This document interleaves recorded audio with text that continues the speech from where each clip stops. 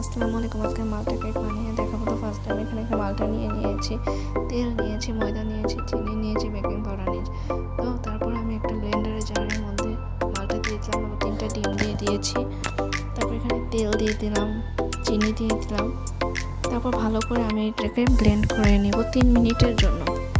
তারপর আমি একটা ইসের মধ্যে ময়দা দিয়ে দিয়েছি, 1 চা চামচ কর্নফ্লাওয়ার দিয়ে দিয়েছি। তারপরে মিশ্রণটা আমি ভালো করে মিক্সড করে নেব। এই মিশ্রণটা খুব ভালোভাবে মিক্স করতে হবে, তাহলে কেকটা খুব সুন্দর স্পঞ্জ আর ফ্লাফি হবে। তারপর আমি মোল্ডের মধ্যে একটু তেল দিয়ে সামান্য একটু আটা ব্রাশ করে নিয়েছি। তারপর আমি হাই হিটে 5 মিনিট রাখবো। তারপর 20 মিনিটের মতো রাখলে আমার মজাদার কেক তৈরি হয়ে যাবে।